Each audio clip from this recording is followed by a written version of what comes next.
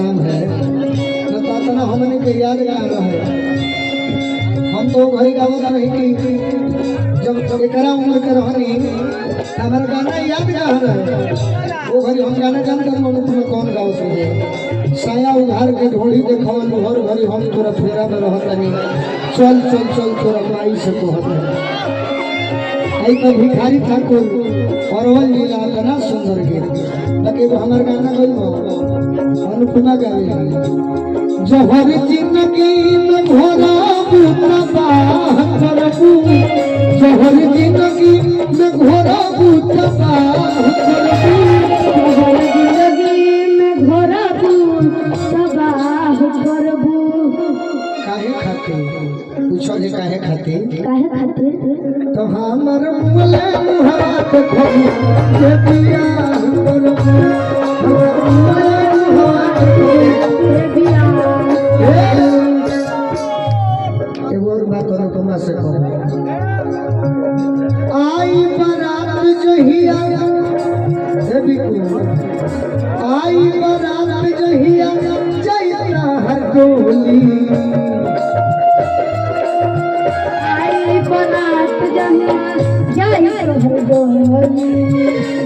जी अपना जान मारो अपने के गोली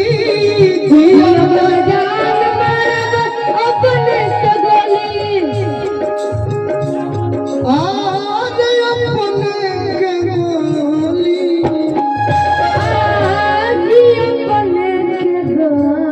जिया जिया इतना बहुत जीवन में पहला बार अनुभव दूर हमारा से जईबू तना करबू हमारा से जईबू तना करबू दूर हमारा से जईबू तना करबू हमारा से जईबू तना करबू ए अली बाबा ए तरी कने मुरी भिरावत है तरी भिरावा ना एक फिर लखन मर दियो पांचों अंगुरी के परिभाषा जाने लो देखो एगो भिरोले बड़ पांचों अंगुरी के परिभाषा बा हे मने जाने लो कहन ना कि सब जाए हे देखो पांचों अंगुरी के परिभाषा बा माला पहना दो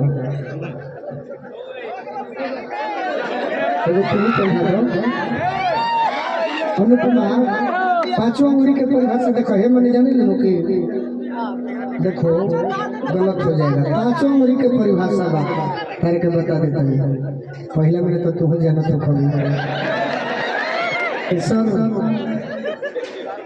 ये जो उंगली है इससे हमारी घर की माँ बहने चंदन करती है ahoy हो कि देखो बाउल हो जाएगा ahoy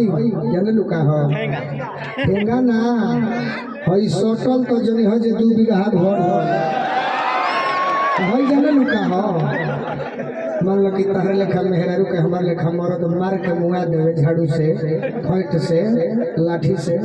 तो तहरे लेखा मेहरारू के मरला है अगर तो भाई से मोह के तहर व्यवस्था करवा दे यही तरीका है करी कि आई बारात जहिया अरे जाई हर डोली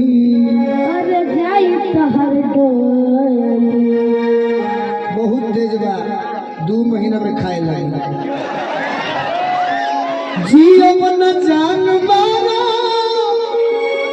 खाए माने गलत ना संगीत हारमोनियम पिस्ता बादाम खाएगा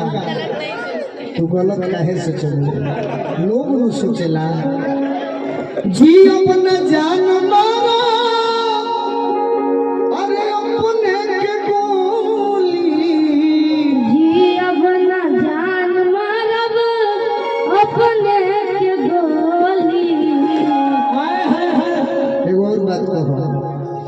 कि जदि दोसरा से मिलल निठाह करबू जदि दूसरा से मिलल निठाह करबू लजात रखा है तहरा दुल्हे के मारो जे बियाह करबू